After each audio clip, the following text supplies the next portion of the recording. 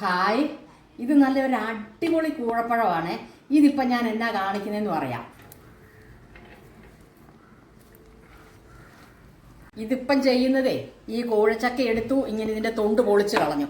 എന്നിട്ട് ഓരോ ചക്ക ഇതേ തന്നെ വെച്ച് തന്നെ ഇങ്ങനെ നമ്മൾ കുരുവെടുത്ത് മാറ്റുക. ഇത് എന്ന് വെച്ചിട്ട് ഇത് കണ്ടോ, നല്ല ശർക്കര ഉരുക്കിയ പാനിയാണ് ഇത്. ശർക്കര പാനി നല്ല തീ ചൂടാ. ഇതിലോട്ട് നമ്മളിങ്ങനെ ഇട്ട് കൊടുക്കണം. ഇത് കണ്ടോ, ചക്കച്ചുളയെല്ലാം ഈ തിളച്ച ശർക്കര പാനിയിലോട്ട് ഇട്ടിട്ടുണ്ട്. അതിനുശേഷം ഏലക്കായും ജീരകവും പൊടിച്ചതിൻ്റെ കൂടെ ഇടും നമ്മൾ. ഏലക്കായും ജീരകവും ചക്കച്ചുളയുടെ അളവനുസരിച്ച് വേണം ഇടാൻ കേട്ടോ. അത് കഴിഞ്ഞിട്ട് ഒരു സ്പൂൺ നെയ്യ് ഇതിന്റെ മേളിലോട്ട് ഒഴിക്കും. എന്നിട്ട് ഇതൊന്ന് നന്നായിട്ട് ഇതൊന്ന് മിക്സ് ചെയ്ത് കൊടുക്കും. ഇത് നമുക്ക് വേണം ഇതുപോലെ തന്നെ എടുത്ത് കഴിക്കാം, അതല്ലെങ്കിൽ അട പുഴുങ്ങാം.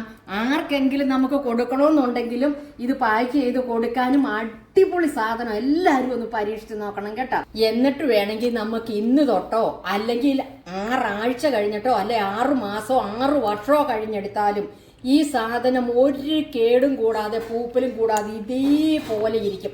ഇതേപോലെ തന്നെ നമുക്ക് വരിക്കച്ചക്ക ഇട്ട് വെക്കാൻ പറ്റും. അത് പഴുപ്പിന്റെ അനുസരിച്ച് നിങ്ങൾക്ക് ഇഷ്ടമുള്ളത് പോണക്ക് ചെയ്യാം. എന്നിട്ട് ഇത് നന്നായിട്ട് ഏറാതെ മൂടി കെട്ടി വെച്ചാൽ മതി. ഇതിന് ഞാൻ പറയുന്നത് പാനിക്കൂഴ എന്നാ കേട്ടോ പറയുന്നത്. ടാറ്റാ.